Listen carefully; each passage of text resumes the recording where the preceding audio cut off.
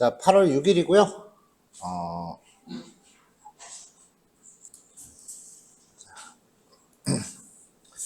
자, 어제까지 해서 이제 CSS에서 기본적인 부분들을 좀 봤어요. CSS 선택자, 그 다음에 글자나 문단의 모양을 좀 꾸미는 것들. 자, 오늘부터는 이제 좀 더 본격적으로 이제 들어갈 거예요. 일단은 박스 모델이라고 하는 부분에 대해서 소개를 할 건데요.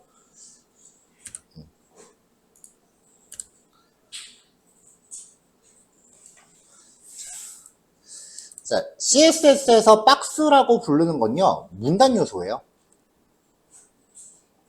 이 문단을 구성하는 요소들의 특징이요, 크기하고 여백을 지정할 수 있다는 거예요. 문장 요소는 크기가 지정이 안 됩니다. 그래서 이것과 관련된 속성들을 이제 CSS 박스 모델이라고 부르고요. 우리가 이제 흔히 이제 문단하고 문장으로 HTML 태그를 나눴었는데, CSS에서는 문단 요소를 블록 레벨이라고 부르고요. 그 다음에 문장 태그들을 인라인 레벨 요소라고 불러요. 어제도 얘기했지만 같은 태그를 연속해서 쓰면은 그 문단을 구성하니까 줄바꿈 되느냐 아니면은 줄바꿈 없이 표시되느냐의 차이고요. 여기 예시로 우리가 여태까지 배웠었던 태그들 적어봤습니다. 자, HTML 태그의 시작은 어떤 그 내용이 있다면 이 내용을 형광펜으로 마크업한 것 같은 효과를 주기 위해서 시작 태그와 끝 태그로 이렇게 감싸는 형태죠.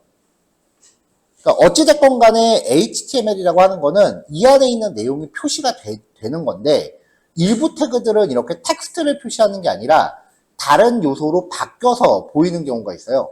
대표적인 게 이제 이미지는 텍스트를 표시하는 게 아니라 그림이 나오죠.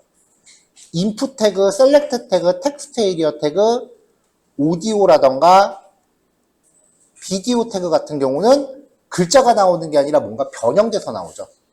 이런 애들을 이제 대체 요소라고 하는데, 이 대체 요소도 인라인 레벨에 속해 있는 애들이에요. 크게 블록 레벨이랑 인라인 레벨이라고 생각하시면 되고요. 이 중에서 블록 레벨에 해당하는 애들을 우리가 흔히 박스라고 부른다.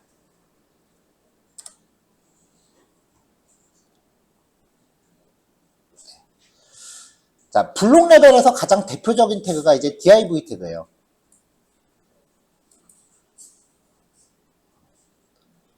그래서 박스 모델은 크기를 구성하는데 영향을 주는 속성들이에요. 자, 기본 속성들 좀 봅시다. 일단 width, 가로 넓이, height, 세로 높이, border, 테두리, 패딩, 테두리하고 내용 사이의 여백이에요.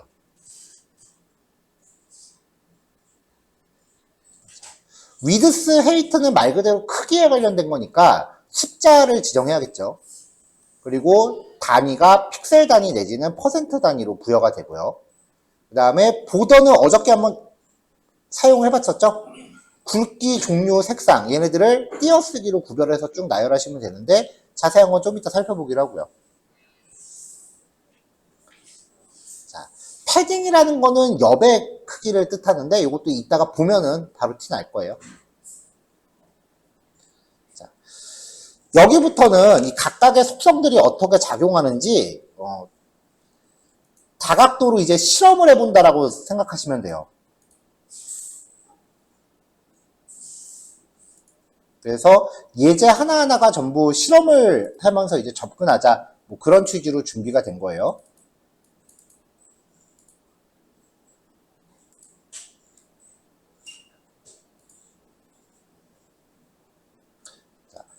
자, 가로, 세로 크기에 대해서 박스의 넓이는요, 특별히 명시하지 않을 경우 자신이 속한 부모를 가득 채웁니다.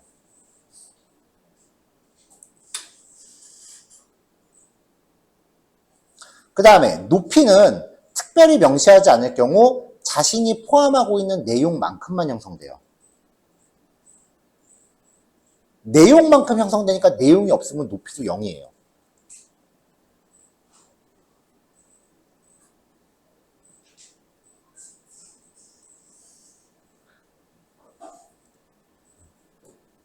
자, 요것과 관련해서 이제 실험을 한번 해보자고요.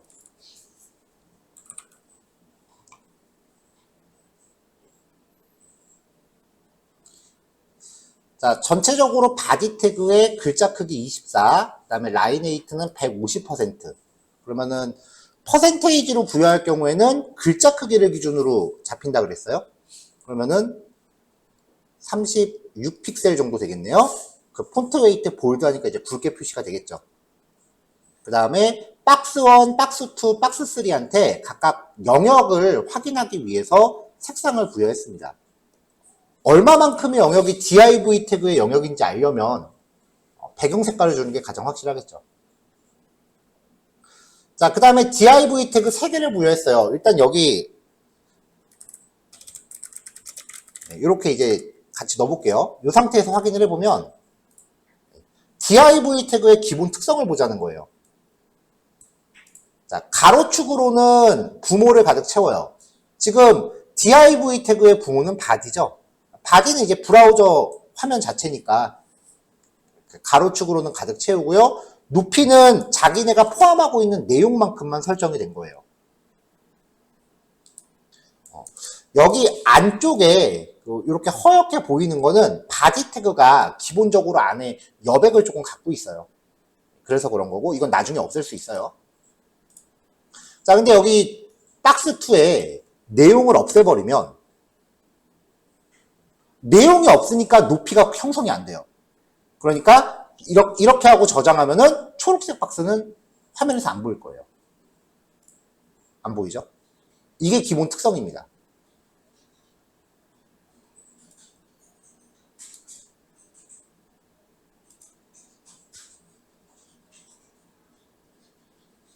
자, 그 다음에 이제 각종 속성 값들에 대해서 아까 얘기했었죠.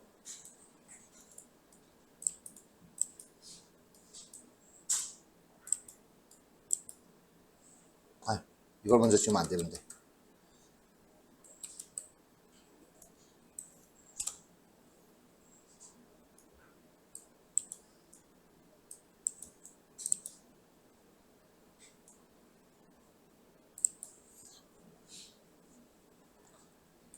미안해요, 다시.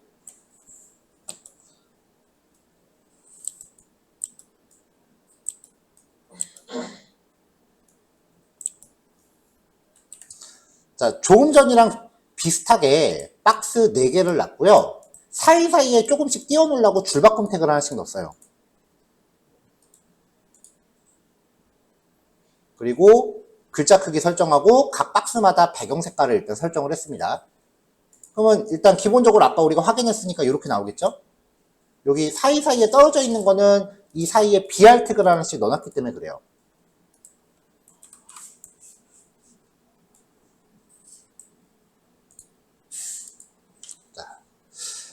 크기 관련된 속성 첫 번째, width, height. 모든 div 태그, 여기 div 태그가 지금 4개가 있잖아요. 모든 div 태그한테 일단 width를 부여하면 넓이가 400픽셀로 설정이 돼요. 넓이가 설정이 된 거죠. 그 다음에 높이를 250으로 잡아요. 이렇게 해서 크기를 천천히 주기 시작을 하는 거예요. 크기를 부여하고 그 다음에 위치를 배치하면 그게 웹페이지 화면 구성이 되는 거죠. 자, 이렇게 사이즈를 주면은 내용이 없어도 사이즈는 갖고 있어요. 왜냐면 명시적으로 크기를 줬기 때문에.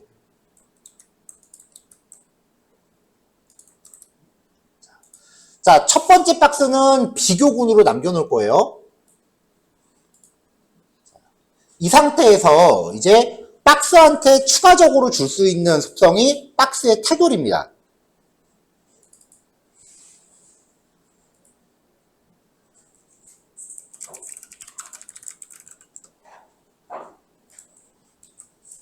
자, 두 번째 박스한테 테두리를 부여하는데 테두리의 굵기를 20, 종류는 직선, 그리고 까만색으로 부여했어요.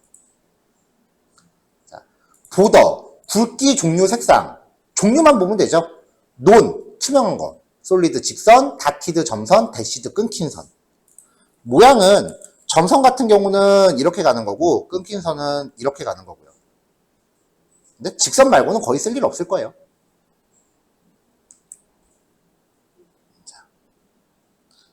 자, 이렇게 하면은 기본적으로 상하 좌우 전부 똑같은 테두리가 쳐져요. div 태그는 박스라 그랬잖아요. 네모나타고요. 이게 깜빡이는 게 점점 심해지는 것 같네. 자, 요거를 이제 이렇게 상하좌우 전부 똑같은 테두리를 이렇게 치는 거예요. 근데 원하는 한쪽 면만 딱 테두리를 치고 싶다라고 하면은, 자, CSS에서는 위치를 탑, 레프트, 보톰, 라이트 이렇게 명명을 해요. 그래서 보더 탑이라고 하면은 박스의 윗면만 처리하는 거고요. 보더 레프트라고 하면은 왼쪽만, 보더 보톰이라고 하면 아랫면만, 보더 라이트라고 하면 오른쪽 면만 이렇게 처리를 합니다. 자, 근데 요 값들을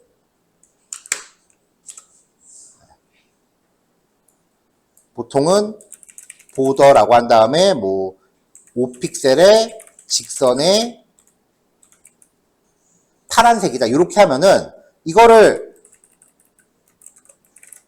뭐 보더 레프트 이런 식으로 해서 원하는 곳만 할 수 있다고요. 근데 이제 이게 지금 속성값 3개를 한꺼번에 하는 거잖아요.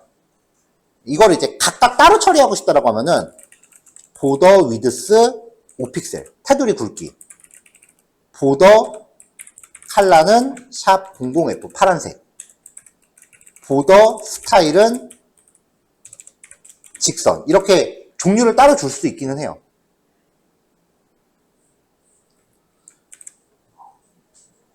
근데 이렇게 되면 이제 레프트, 탑, 라이트, 보통 이렇게 있고요. 그 다음에 위드스, 컬러, 스타일 이렇게 있잖아요. 그럼 이거 이제 또 교차시켜요. 보더 레프트 위드스, 보더 레프트 컬러, 보더 레프트 스타일. 보더 탑 위드스, 보더 탑 컬러, 보더 탑 스타일 이런 식으로 이거를 이제 교차시키면은 총 12개의 추가 속성이 나와요. 제가 웹코딩 20년 넘게 했는데 한 번도 안 써봤어요. 이렇게는. 이렇게 네 면을 일괄 처리하거나 한쪽 면만 처리하는 것까지는 하는데 속성을 이렇게 디테일하게 가져간 적은 한 번도 없었어요. 적어도 저는. 그러니까 속성에 따른 거는 그냥 잊어버리셔도 돼요. 자, 기본적으로 박스의 넓이가 가로가 200이고요. 픽셀 단위입니다. 높이가 100이다. 라고 하면 여기에 내가 테두리를 5픽셀짜리를 썼다. 그럼 두께가 5인 테두리가 만들어지는 거잖아요. 그러면 이 테두리는 박스 영역의 밖으로 형성이 돼요. 그러니까 두께가 5짜리인 테두리가 생기는 거예요. 이렇게 밖에. 기본값이 밖으로 형성이 돼요. 이게 5인 거죠. 그러면 실제적으로 전체 넓이는 210이 되겠죠. 왜냐면 양옆으로 5씩 테두리가 쳐지니까. 높이는 110이 되겠죠. 위아래 5, 위에도 5, 아래도 5니까요. 그러니까 테두리를 치면은 그만큼 박스가 커진다는 얘기예요. 요 얘기예요. 자, 20을 썼어요. 그러면 커져요, 이렇게.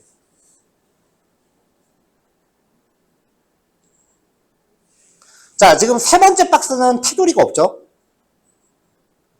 보더가 없는 상태죠? 패딩은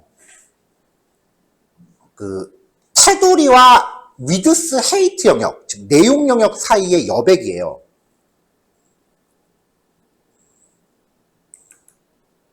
지금 여기 보시면은 테두리에 글자가 이렇게 좀 타이트하게 붙어 있는데 요 사이의 간격을 조절할 수 있다고요. 근데 테두리처럼 패딩도 위드스 헤이트 영역은 그냥 고정으로 놔두고 밖으로 형성이 돼요. 그래서 여기에다가 패딩을 25라고 부여하면은 세 번째 박스 밖으로 여백이 생겨요. 이렇게.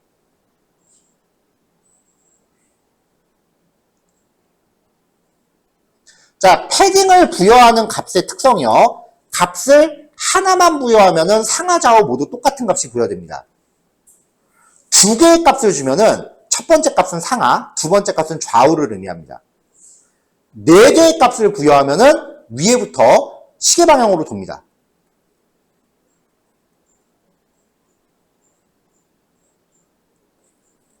이것도 원하는 위치에 따라서 패딩 레프트, 패딩 라이트, 패딩 탑, 패딩 보통 이렇게 위치별로 따로 부여할 수도 있습니다.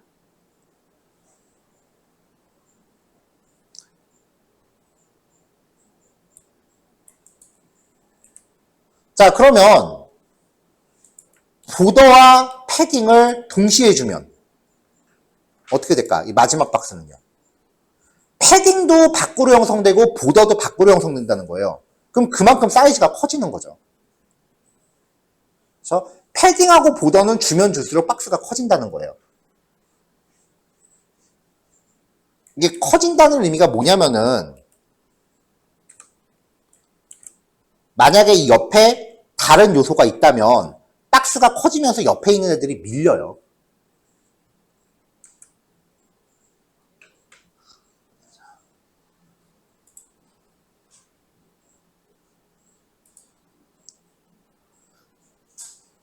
자, 그러니까 이제 박스의 크기는 관련 속성들의 총합으로 이루어져요.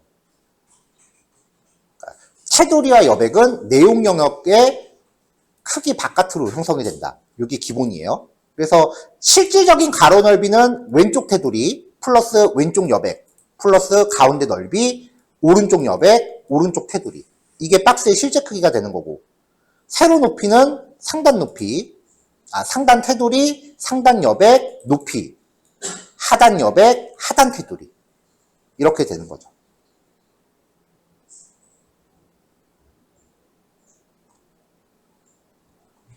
자, 요거는 이제 다음 예제니까 3번부터 볼게요.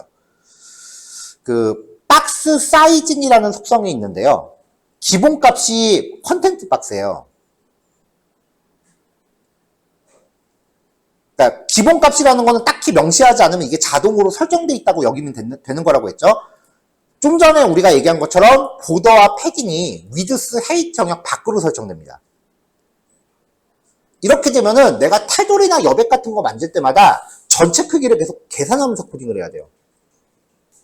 근데 보더 박스라고 하면은 헤이트, 위드스랑 헤이트 영역 안으로 설정이 돼요. 패딩이, 보더랑 패딩이. 그래서 여기에다가 박스 사이징을 보더 박스라고 값을 모든 DIV에 적용하면 지금 패딩하고 보더가 밖으로 형성되니까 점점 커진 거잖아요. 근데 이걸 저장하는 순간 패딩과 보더가 안으로 설정되니까 애들이 사이즈가 다 똑같아져요. 그러니까 영역을 계산하기가 내가 좀 더 수월하다는 거예요. 물론 이건 약간 개취가 있을 수도 있어요. 왜냐면은 이 박스 사이징이라는 속성이 CSS에서 생긴 지가 얼마 안 돼요. 원래는 옛날부터 있던 거긴 한데 익스플로러밖에 지원을 안 했었어요. 근데 이제 비교적 최근에 모든 브라우저가 지원을 하기 시작한 거라서 CSS 오래 한 사람들은 이거 쓰는 것 자체가 크게 익숙하질 않아요. 그러니까 그냥 당연히 밖으로 형성된다라고 생각하고 여태까지 거의 한 20년 가까이 코딩을 해온 사람들이 태반이기 때문에 이거 안 쓰는 사람들이 더 많을 거예요, 아마. 근데 쓰면은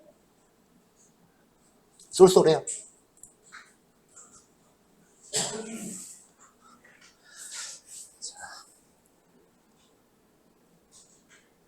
자, 크기나 배치와 관련된 속성들은 이렇게 박스들이 개별적으로 놓여 있을 때 어떻게 작용하는지를 먼저 보고, 그 다음에 같은 종류의 태그가 중첩해서 사용됐을 때 이게 작용이 어떻게 되는지도 확인을 해야 돼요. 이런 것들을 실험하면서 결과를 내가 종합해서 이렇게 내가 어떤 모양을 만들고 싶으면 어떻게 시도를 해봐야겠구나 라고 하는 거예요.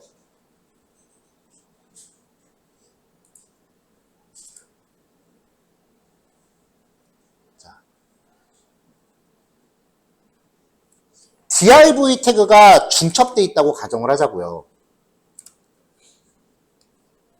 div 태그가 하나 있고 그 안에 div 태그가 또 있어요. 그럼 안쪽에 있는 이 div는 보통 이럴 때 자식이라고 부릅니다. 갖고 있을 수 있고, 뭐 여백도 갖고 있겠죠. 이렇게 갖고 있을 거라고요. 그럼 이 상태에서 얘는 지가 아무리 길고 날뛰어봐야 부모 태그 입장에서는 내용일 뿐이야. 그러니까 부모 태그가 갖고 있는 위드스하고 헤이트 영역을 벗어나지를 못해요. 패딩하고 보더 크기는 얘하고는 상관이 부모의 패딩과 보더는 얘하고는 상관이 없는 거예요. 다시 부모의 패딩과 보더는 자식한테는 상관이 없어요. 자, 집중하세요.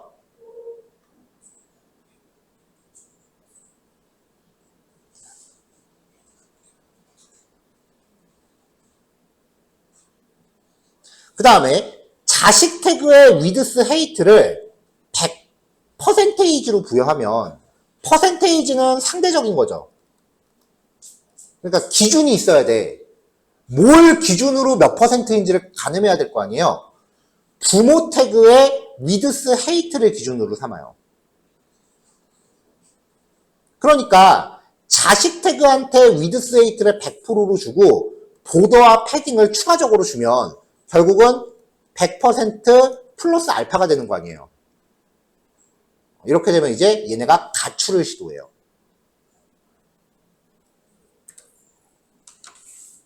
자, 이 부분에 대해서 또 실험을 해보죠.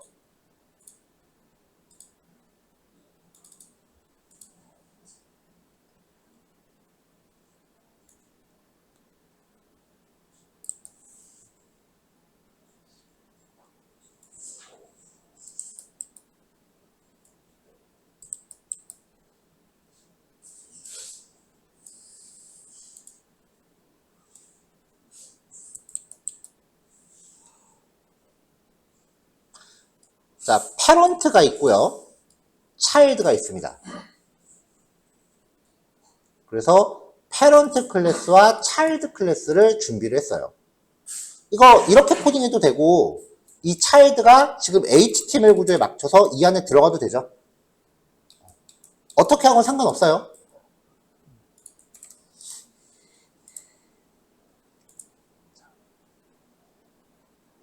자, 그리고 요 패런트 바깥에 헬로 월드라고 제가 글자를 하나 넣어놨어요.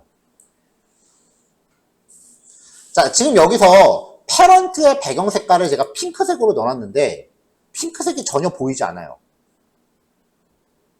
이게 왜인지부터 알아야 돼.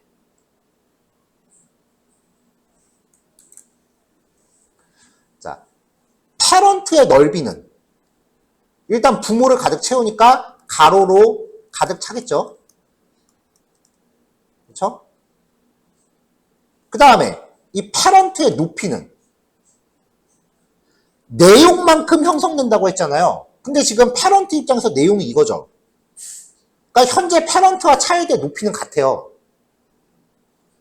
그리고 차일드의 높이는 이 안에 있는 문구만큼인 거죠. 넓이는 부모를 가득 채운다 그랬으니까 이 패런트를 가득 채우겠죠. 결국은 패런트가 이렇게 있는데 이 안에 차일드가 꽉 차 있는 거야. 그러니까 뒤에 핑크색이 안 보이는 거죠. 이런 원리를 알고 넘어가야 돼요.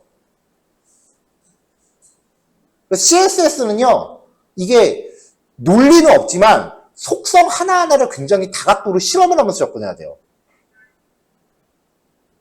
값을 이렇게 바꿔보면 어떻게 될까, 저렇게 바꿔보면 어떻게 될까 하면서 나오는 값들을 하나씩 다 때려보고 화면이 어떻게 바뀌는지를 확인 체크하세요.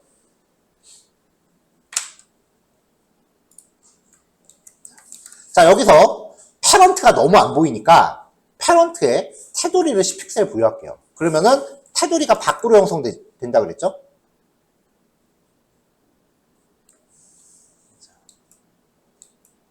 자, 그 다음에 이제 패런트의 사이즈를 위드스 헤이트 부여를 합니다. 그러면 패런트의 높이는 300이니까 300이 한 요 정도 될 거예요, 아마. 넓이는 500이니까 요 정도 되겠죠. 그러면 차일드는 넓이는 일단 부모 가득이니까 500만큼 잡히겠죠. 높이는 같이 커진다? 아니죠. 내용만큼이니까 차일드 높이는 여전히 문구만큼이에요. 이렇게 되는 거죠.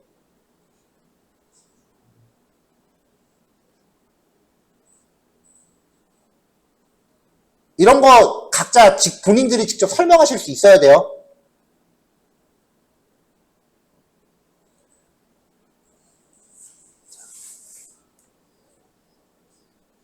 자, 이제 차일드의 넓이하고 높이를 부모랑 똑같이 맞춰볼게요.